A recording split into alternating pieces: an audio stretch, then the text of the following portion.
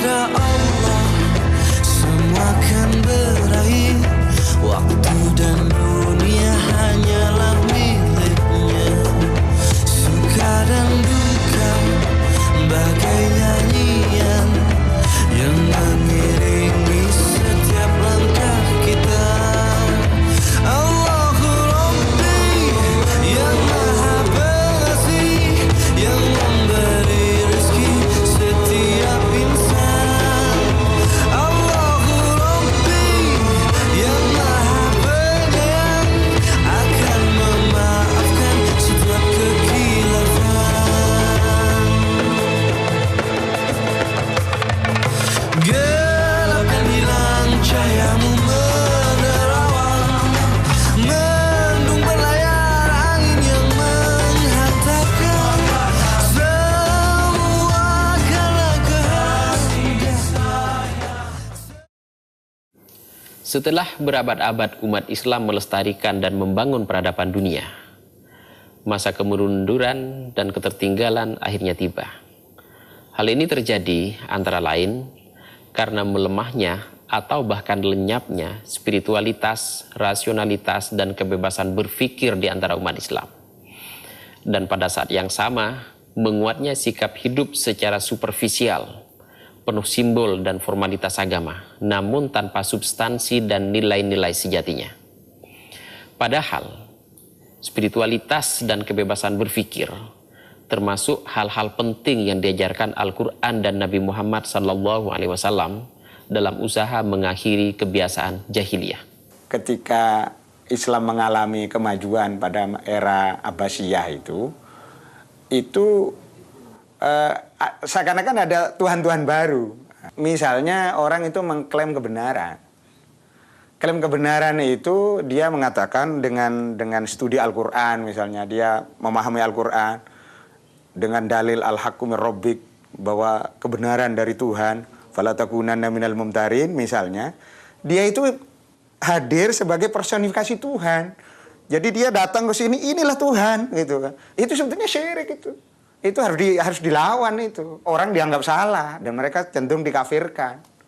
Nah, dia kan itu kan menuhankan Tuhan baru itu. Jadi dia seakan-akan orang lain salah dengan cara penafsiran yang berbeda. Ternyata saya yang benar. Namun kebenaran itu hanya satu. Nah, ini menurut saya itu Tuhan-Tuhan baru itu. Jadi kalau dikatakan tadi bahwa Islam telah menjadi jargon politik, itu sudah berabad-abad umurnya, walaupun tidak sepenuhnya adalah bintik-bintik percik-percik keadilan, tapi tidak lagi sesuai dengan yang dibendak oleh Quran itu.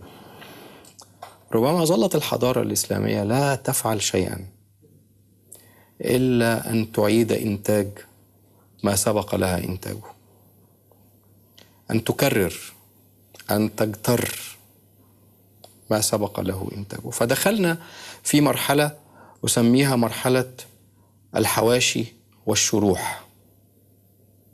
لم يكن هناك أي إبداع عقلي أنتجته الحضارة على مدى هذه القرون الثلاثة، وحتى المؤلفين الكبار في هذا الوقت كانوا أقرب إلى روح التجميع منهم إلى روح الإبداع. هم يجمعون المادة من هنا ومن هنا ومن هنا ويضعونها في مؤلفات موسوعية كبيرة، ولكنهم لم يبدعوا شيئا جديدا لسوء الحظ. والتفسير الأساسي لهذه الحالة، لهذا التفسخ الذي دخلت فيه الحضارة، بحسب مؤرخ كبير في وزن ابن خلدون يلخصه في كلمة واحدة، أننا دخلنا في إطار نوع من الظلم المؤذن بخراب العمران. ابن خلدون يركز على الظلم باعتبار أن الظلم هو السبيل الأساسي أو هو الذي أدى بشكل أساسي إلى خراب العمران. رافق بالطبع هذا الظلم، ترافق معه نزعة دينية شكلانية اختزلت الإسلام في جانبه الفقهي الشعائري الحدودي الطقسي، وغيبت الجوانب العقلانية والروحانية في الإسلام. هذا هو ما أسميه بالريدكشنزم، أنه تم اختزال الإسلام في بعض جوانبه الشكلية الطقسية، وتم تغييب جوهره العقلاني الروحي. واستمر الأمر هكذا حتى جئنا إلى القرن 19 الميلادي، وفوجئ المسلمون بالأوروبيين يطرقون أبوابهم حاملين حداثتهم، ممثلة في جيوشهم وأسلحتهم وأساطيلهم وعلمائهم ومطبعتهم، فبدأوا يسألون لماذا تخلفنا وكيف تخلفنا وما الذي جرى لنا وما هو المخرج من أزمة تخلفنا. Ternyata karakter jahiliyah seperti kasar, brutal, mudah membunuh, fanatik, menindas, tergila-gila dan bangga pada kekuasaan dan kekayaan ini tidaklah lenyap dengan selesainya masa risalah. Dalam setiap generasi ada saja orang-orang yang melupakan Tuhan dan memuja hawa nafsu.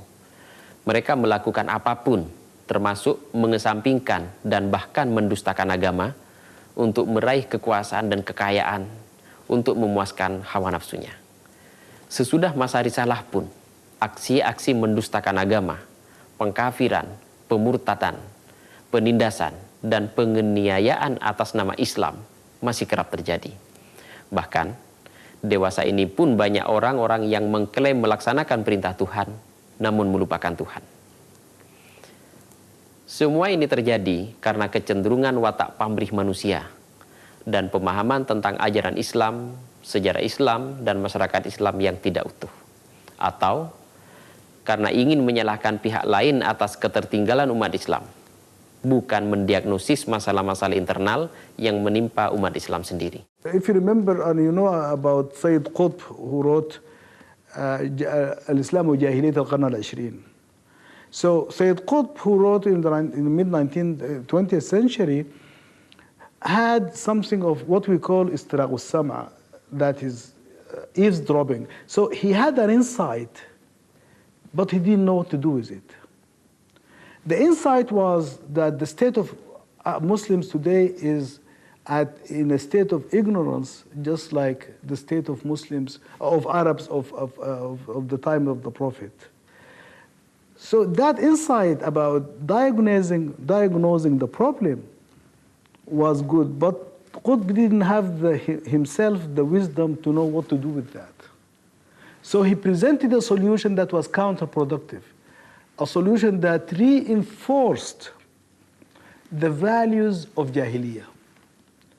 So Sayyid Qutb's answer to bringing Muslims out of Jahiliyyah was to push them further into Jahiliyyah, into more violence, into more ignorance, in lack of self-criticism and self-understanding.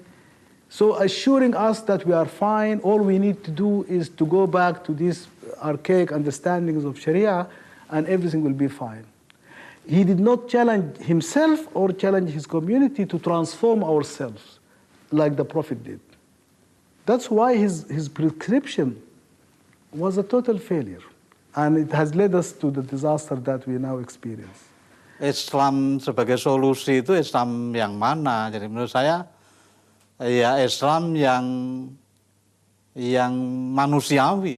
We are in a state of Jahiliyyah, but Qutb's prescription was counterproductive for how to come out of that Jahiliyyah.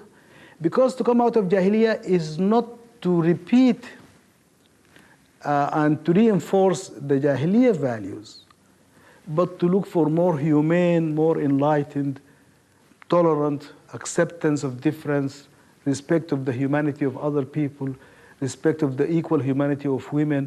That is the way forward out of Jahiliyyah, not to go back to repeating the arrogance and ignorance and violence of Jahiliyyah that as Qutb had preached.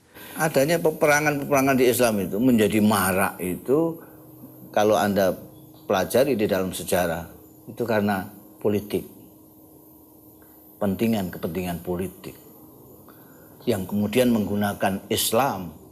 Mereka tidak mampu dengan dirinya sendiri lalu mengajak Tuhan. Sama seperti politisi-politisi sekarang, karena dia tidak mampu berpolitik, dia ngajak Tuhan, ngajak Islam, ngajak agama untuk mendukung politiknya. Dan ini ini yang kemudian merusak Islam itu sendiri. Jadi pada dasarnya orang-orang formalis itu dia mengabuse pada dasarnya, mengabuse hukum, mengabuse tradisi hukum Islam dalam rangka untuk mencapai kebutuhan politiknya. الغريب حقا أن البشر عندما يسعون إلى بناء فهم لهذا الوحي فإن الغريب أنهم يلجؤون إلى تأليه معرفتهم، وكأننا بإزاء تناقض. الله يؤنسن معرفته لكي تكون مقبولة للبشر. الله يقول لنا أنني أرسل لكم معرفة على حسب أفهامكم محددة بالسياق الذي تعيشون فيه، بينما البشر عندما يصنعون معرفتهم يعني يحولونها إلى معرفة شبه إلهية لا يمكن فهمها، بل يجب طاعتها فقط، بل يجب الإنصات والإذعان إليها فقط، وعدم إعمال العقل والفهم فيها. فأنا يحيرني هذا السلوك في الحقيقة، سلوك الله يؤنسن معرفته بينما البشر يؤلهون ما ينتجونه من معارف لكي تكون هذه المعارف غير خاضعة للفهم وغير خاضعة للنقد، ويصبح علينا أن نقبلها كما هي فلا ننقد ولا نتساءل ولا نعترض. وأظن أننا هنا لابد أن نقاوم هذا الغرور الإنساني، الغرور الذي يحيل المعرفة التي ينتجها إلى معرفة إلهية. كيف نقاوم هذا الغرور؟ Orang yang memaksakan kehendaknya, memaksakan orang untuk mengakui pendapatnya, itu berarti dia tidak yakin dengan pendapatnya sendiri.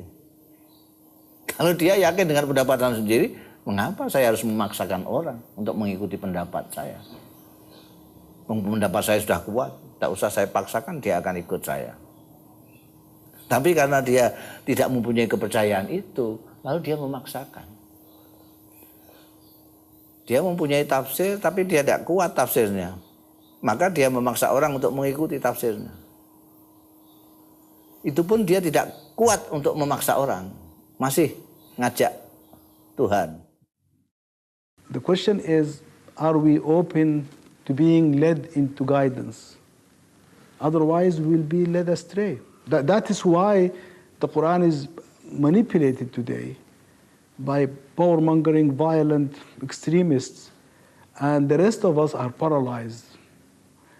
We have allowed the most precious of our heritage and our way of returning to God, we have allowed it to be hijacked, to be manipulated. Tidak hanya pemerintah menggunakan kekuasaannya, tetapi juga kaum-kaum agama menggunakan Tuhan untuk memaksakan kehendaknya kepada orang. Begitu, tidak bisa begitu. Itu sama saja tirannya dengan penguasa-penguasa duniawi. Hari ini banyak orang yang memahami Al-Quran sepotong-sepotong. Dia hanya mengulang-ulang ayat walan tardo angkal yahudu wan nasoro hatta tattabi'a millatahum. Hanya paham satu potong tentang itu digunakan untuk ayat kekerasan, untuk ayat saling mencurigai terhadap sesama. Dia melupakan bahwa ada ayat wa ma arsalnaka illa rahmatan lil alamin. Itu dia lupakan. You know that these people who are pretending they are carrying the Holy Quran, meaning of the Holy Quran, are not correct. They are simply terrorists. And they are using the Holy Quran in order to implement their ideas. kajian Al-Quran selama ini ada satu persoalan yang cukup mendesak untuk diselesaikan, yaitu mengenai anggapan bahwa tafsir Al-Quran sama dengan Al-Quran sendiri. Ini menjadi persoalan problema yang sehingga ada sakralisasi tentang tafsir Al-Quran. Misalnya kalau baca tafsir A, maka itu sudah dianggap mewakili Al-Quran itu sendiri.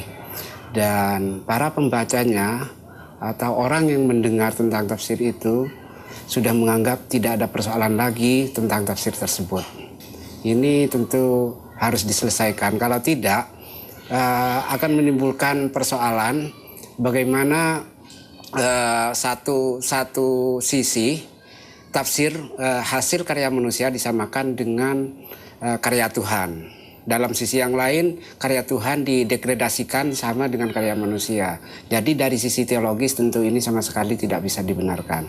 Munculnya gerakan-gerakan radikal ya, yang berkembang di dunia perguruan tinggi umum pada umumnya itu sesungguhnya dipicu oleh pemahaman-pemahaman sepotong-sepotong tentang ayat-ayat Al-Quran.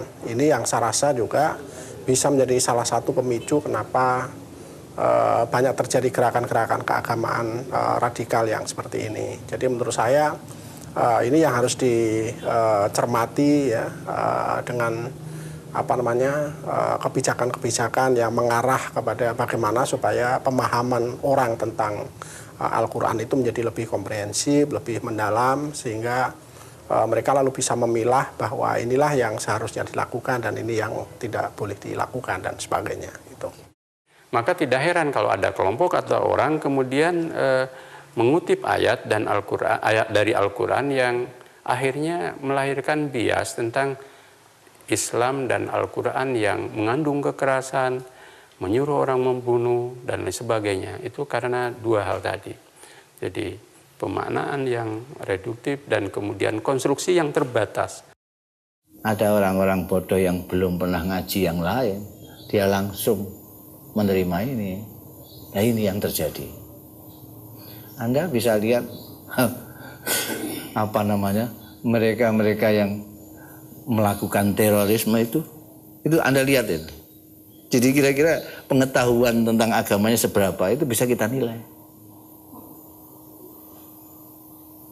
Itu akan membuktikan bahwa kekurangan pengetahuan pendalaman terhadap agama itulah yang menjadi masalah. Dia tidak melihat utuh dari Islam itu mulai A sampai Z. Dia mungkin sama A, B, C berhenti. Paling jauh D, E berhenti. Belum sampai Z.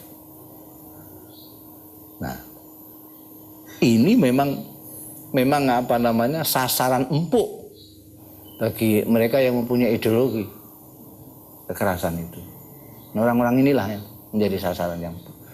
Orang-orang yang hidup akalnya, orang yang pintar dia akan bisa, mesti akan memuntahkan itu, dia akan mau, karena tahu bahwa itu bertentangan dengan kemanusiaan.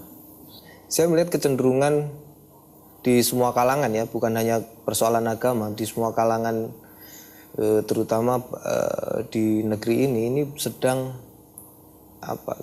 pengennya sesuatu yang instan.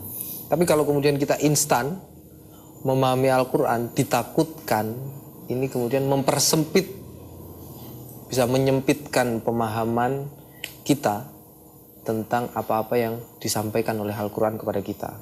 The state of Muslims today in our relationship to the Quran is precisely the result of our lack of appreciation of what the Quran is and what it's capable of doing. We became so formalistic and ritualistic, thinking that by simply reciting the Quran without reflecting on it, without being open for its transformative power, thinking that we can sort of subject the Quran to sort of very mundane, sort of essentializing notions of interpretation and tafsir, literally taking the words as if they are in Arabic, containing all the meaning of the Quran. all this, this is what killed the Quran in our hearts.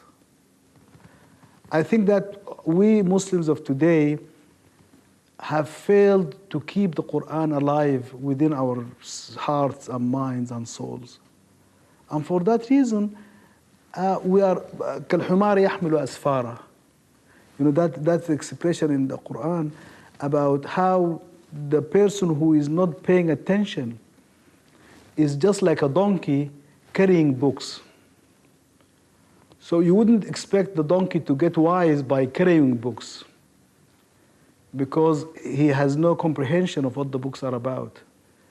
Now we are كالحمار يحمل أسفاره.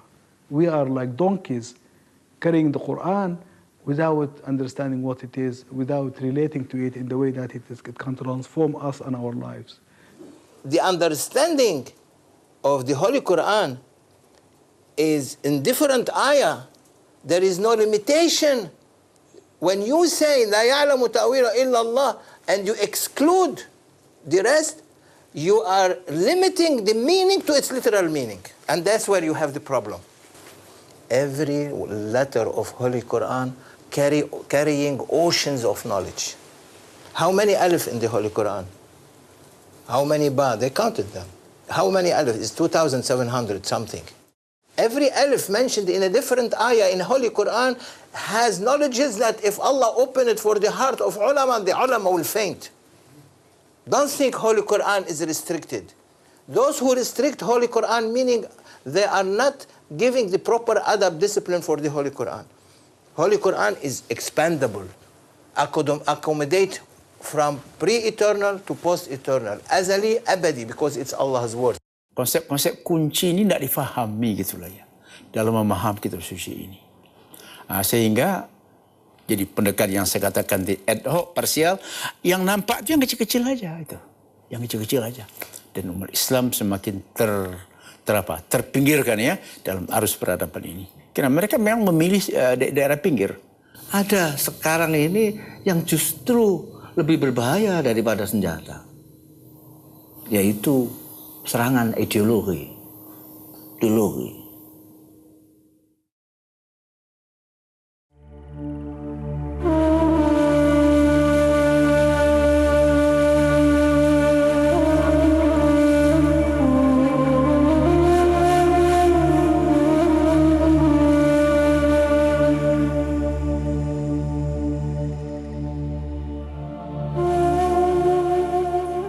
The 1960s witnessed a marriage of Wahhabi and Muslim Brotherhood ideologies, which has since given birth to the majority of radical Sunni movements in the world today.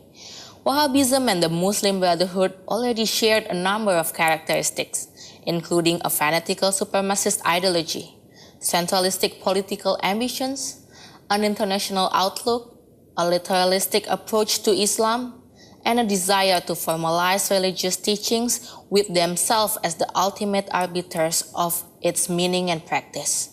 In addition, the Wahhabis enjoyed immense wealth, especially after oil prices skyrocketed in 1973, while Muslim Brotherhood leaders were highly educated and ambitious, but often impoverished. Over time, it became evident that this Wahhabi Muslim Brotherhood union was truly strategic, for it produced an international movement that for decades has functioned like a juggernaut, systematically deploying vast financial resources in order to disseminate its virulent ideology throughout the world up to the present day. Moderate Sunni Muslims understand the phrase, God dictates every aspect of human existence in light of the profound religiosity that always and forever exists in the divine presence, or Ihsan, a genuine servant of God, that is a saint who has achieved a state of purity without blemish, is capable of fulfilling the role of caliph or God's vice-regent, to enrich the earth and act as a true blessing for all his creatures. This ability is not derived from intellectual processes, nor a textual understanding of religion, nor the possession of political power. Rather, it arises from a profound spiritual awareness and an expansive heart that is capable of accommodating the presence of God. Unlike those who proselytize merely with words or seek to impose their understanding of Islam upon others by force, the religious proselytizing or da'wah conducted by saints who have attained an exalted state of awareness in which good deeds arises spontaneously from pure devotion to God consists of efforts to raise the spiritual awareness of others so that they too may directly experience the illuminating presence of Allah Subhanahu wa Ta'ala and spontaneously bring every aspect of their lives into conformity with divine will, moment by moment, in a state of true and complete surrender to God as His humble servant. Those immersed in pure devotion to God realize that Sharia is not a goal, but a path. A person's level of spiritual awareness determines whether he or she will choose the path that is true or misguided.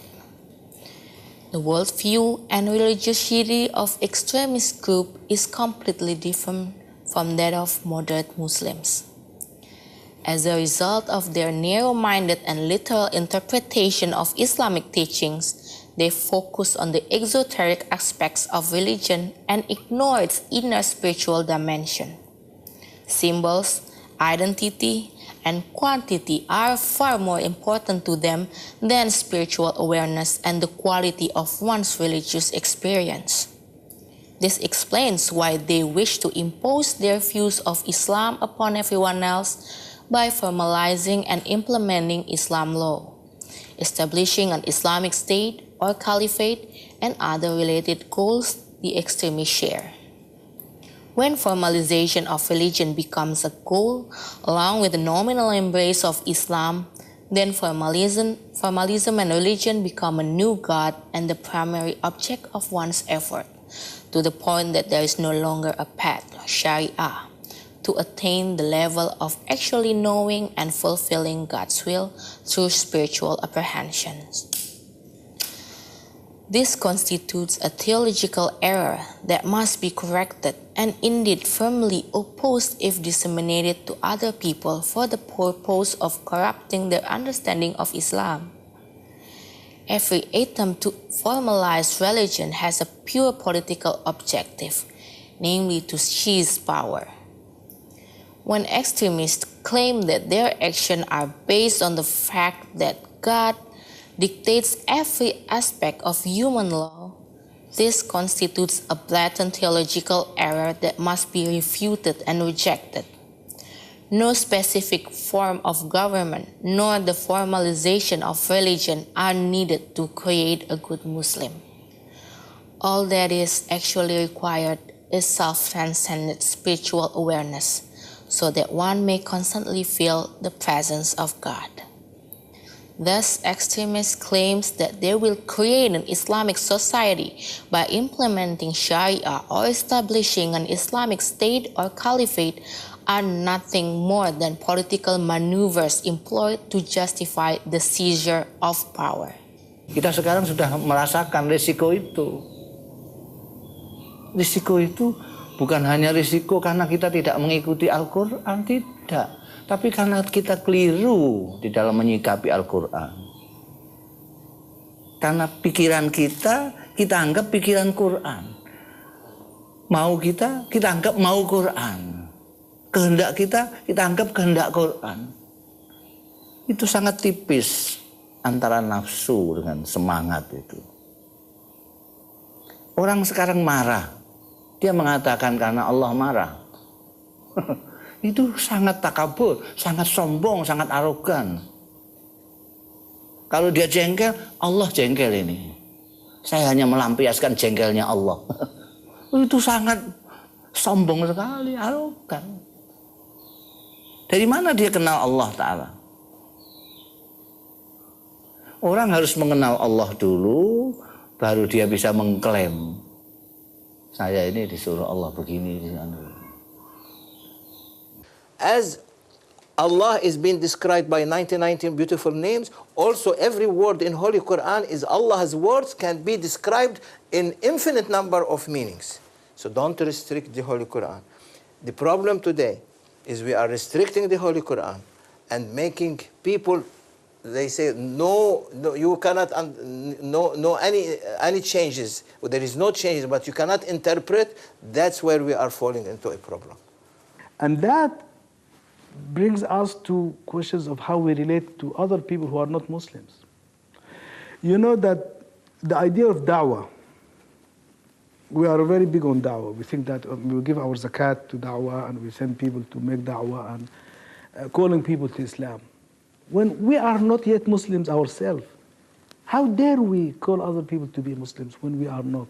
Because if we are, they cannot resist the power of the message.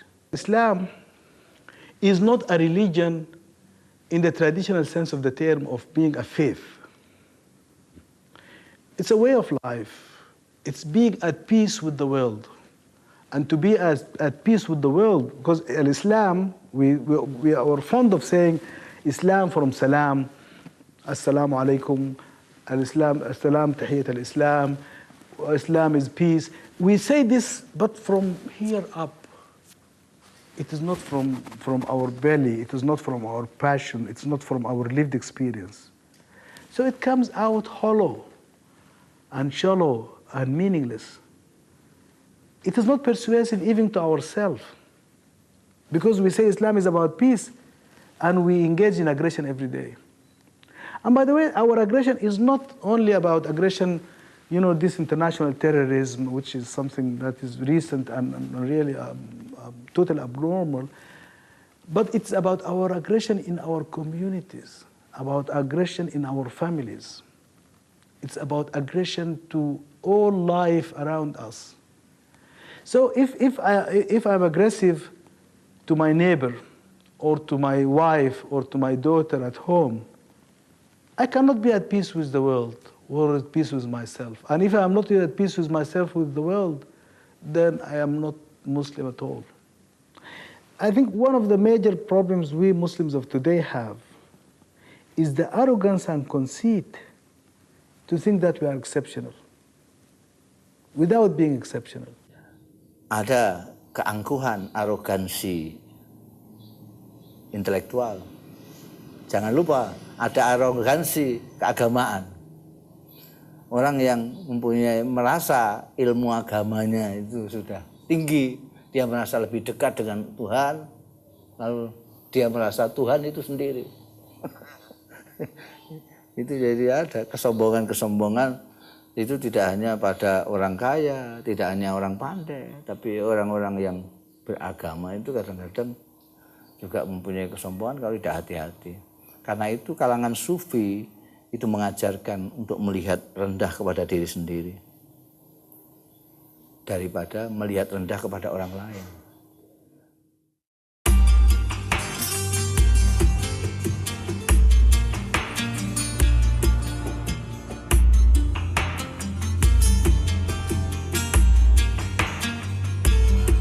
Subhanallah, alhamdulillah, wa la ilaha illallah, Muhammad